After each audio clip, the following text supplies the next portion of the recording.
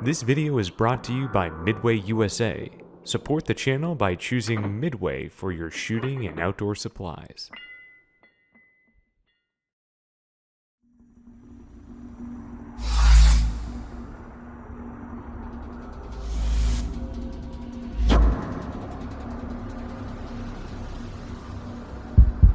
Alright, Henry, target is on the far side of the creek. He's in the open field, nearest to the creek, in the open.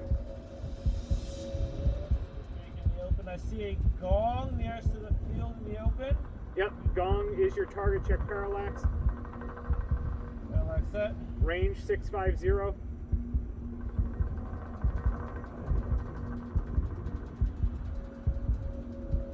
Alright, range is set, sir.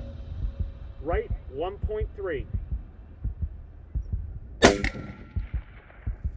Right 1.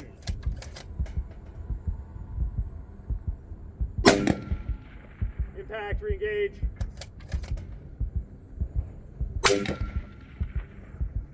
Splash short. Come up half a target.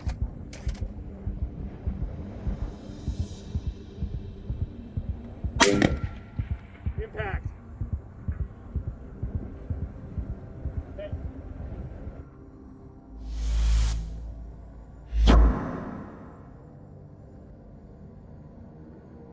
Henry, target's close. Go to the 200-yard berm with the triangle. I see the triangle. From the triangle, go left to the 10 o'clock position, one berm over. Alright, I'm at the 10 o'clock. I see a target. It looks like it has a sort of a cluster of like 2 or 3 hits in the middle, in the belly. That's your target. Check parallax. Parallax is set. Range 225. Range set. Favor right.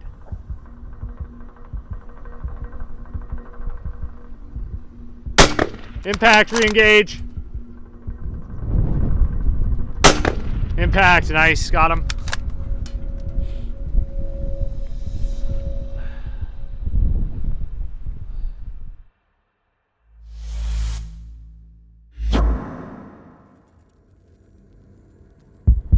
All right, Henry, target is on the far side of the creek. If you go to the observation tower on the left edge of the lane by the evergreen tree, I see it.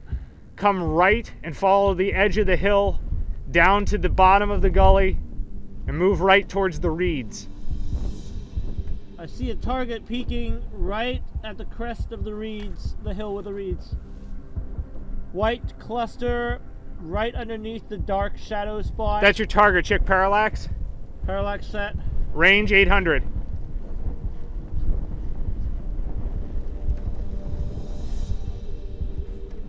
Range set. Right 1.8. Right 1.8.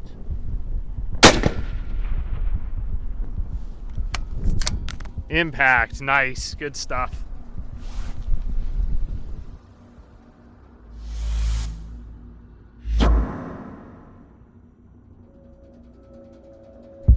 Okay, Henry, target is on our side of the creek bed. Go to the far flagpole. Alright. Go to the berm to the left of the flagpole, the diamond. Alright, roger, I have the diamond. Go directly behind the diamond, out by the creek. I have a kitty cat. Cat is the target. Check parallax. Parallax is set.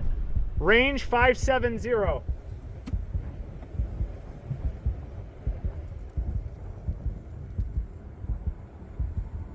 Range set. Right 1.3.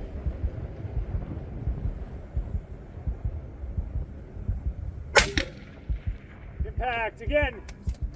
Re-engage. Nice, dead center shot. Nice.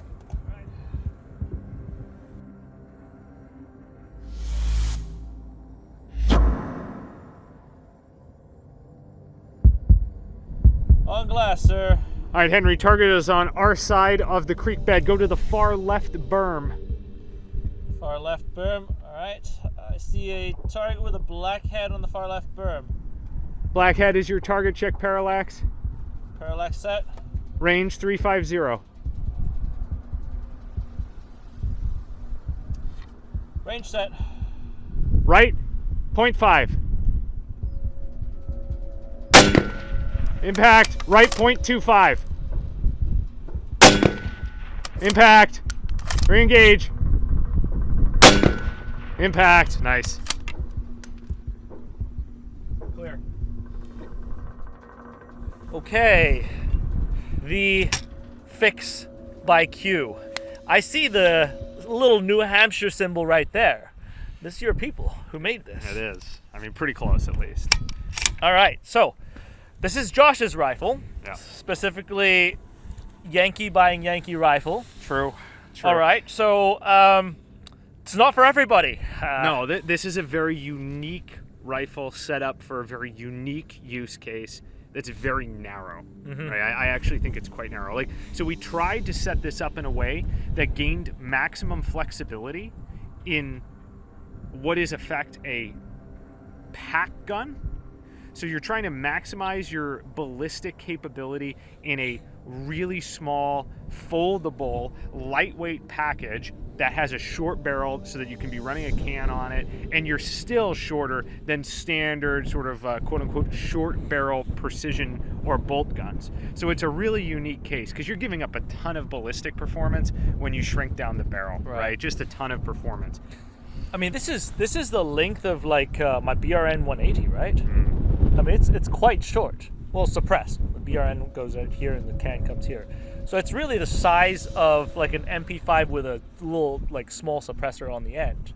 And quite frankly, the weight is not far from like a little like carbine, like a Mark 18 type of rifle, really slicked out. Yeah. You chose the Night Force 2x20. Honestly, excellent choice. Excellent choice on the Night Force. Really on the range performance, it did really, really well. I think the one thing, just like keep an eye out if you use this optic, is that the bell is pretty severe on the top. That front bell. Yep. But as a bolt action rifle, it's nothing that you would really be concerned because you're not really mounting a red dot sight right there. Yeah, but I suppose it's some mounts. For the bridge. Yeah, if they have a bridge that this can contact it and be difficult depending upon, which mount, blah, blah, blah. But now on the shooting experience though, again, it's not for everybody. This is not a gun that you want to take out to the range and shoot a bunch out of. Yeah, it's just not comfortable to shoot. It's comfortable to pack, it's not comfortable to shoot. Right. When you pack and you get into position, if you need to take a couple, like 1, 2, maybe 3 shots, no big deal. But if you're here on range all day, shooting from awkward positions, for one, like the cheek piece right here kept on pinching me whenever it recoiled, because it recoils more than a normal 6.5. It kept on pinching my cheek right here. Another thing that I saw, I think a lot of people talk about this. Yeah. The bolt throw. A lot of complaints about the bolt throw. The bolt throw, there's people who complain about, even Accuracy International bolt throws, a 60-degree bolt throw. Some people say it's too much resistance on the bolt. Because this is a 45. Right? 45 is even more resistant. So I guess one way I try to stay conscious on this, to put my thumb on the back and use my thumb to counteract it, to kind of take away some of that tension in order to throw the bolt. I didn't always remember that. Like sometimes I just muscled it open. But that made, of course, like if your bolt throw is difficult, it would make your follow-on shot more difficult, because once you complete your bolt throw, you've disturbed it enough to where you're off target. So the more difficult shots with this thing would be the ones that you had less support on the rear. Let's say your standing shots, or if you were like kneeling and trying to drop shots with no rear support, the bolt throw would make it a little bit more difficult to track your hits if you were self-spotting. But ballistic wise, it corresponds, actually funny enough, corresponds with a 308 ballistics, because it's a shorter barrel. Like the 308 ballistics out of like most of your 20-inch 308s. Yep. We're noticing that with the 6.5, when you go down to the 16-inch barrel version, you're feeling, or you're seeing your ballistics actually match up against those tables like really well. But yeah, again, I think that this is like a firearm which is a bunch of compromises, right, that take away from shootability and ballistic capability, but give you the packability, the carryability, and the ability to sort of like pop down and be able to hit something out to 1,000. Yeah. I don't know that I would want to push this personally too much beyond 1,000, even though it's in 6.5 and 6.5 can go further. On the shorter barrel, again, of course you can do it. I'm sure people could do it very effectively, but on this, like, I think with the entire setup, the performance pocket is really like 0 to 1,000 in my mind, how we have it configured for, you know, a couple shots, and then that's it. You're done. And so that's really what we were trying to do with this setup. I mean, I think it's important at the very least to bring in new ideas and not just get behind the same thing over and over and over again, because that's how you really push the envelope, which Q is known for, pushing the envelope on all of the these sheer designs. reason that we even have this in inventory, Henry, is because you and I both have a bunch of precision or sniper rifles that are all big, beefy, full-on setups. And there was a void where we really don't have a good representation of like an ultralight rifle.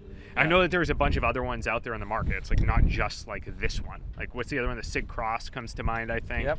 But yeah, that is at least the rationale as to what we wanted to test out with this platform. And obviously it shoots. Yeah. It definitely shoots. I mean, I can't say that I love it, but it works. Yep. Again, it's not for everybody, but it's interesting. Yep. Guys, until next time. See you on the range.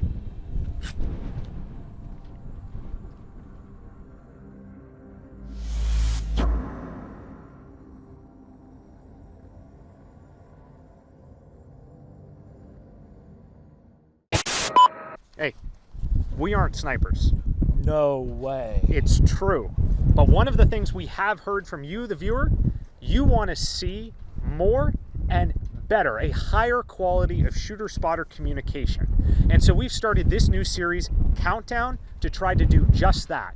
We're leaving the friendly, good old jovial time of practical accuracy behind, well, just for a minute. And we are trying to take information that we have learned from our friends and colleagues and are in the process of learning from our friends and colleagues who are actual professionals in this field. I mean, I think we're still going to have a damn good time. Maybe not like practical accuracy, but a part of that learning process, we've got to reach out to you guys out there, especially guys who are sniper qualified, who have had a significant amount of time in this field, whether you're a SWAT sniper, military sniper, or anything in between. Leave us a comment below, send us an email if we made any mistakes or if there's any way we can improve upon the process. Because at the end of the day, it's a learning journey. It's a journey of us improving, and I want to document this journey for guys out there to also learn with us. And with your help, hopefully we can make a better product for you guys to consume and learn from and use as a reference material out there. 716 is Steel 96, 4 Vic, 8 packs, Red Con 1, green to green. How copy, over? Steel 96, this is 716, roger, over. 16, Steel 91, 1 pack,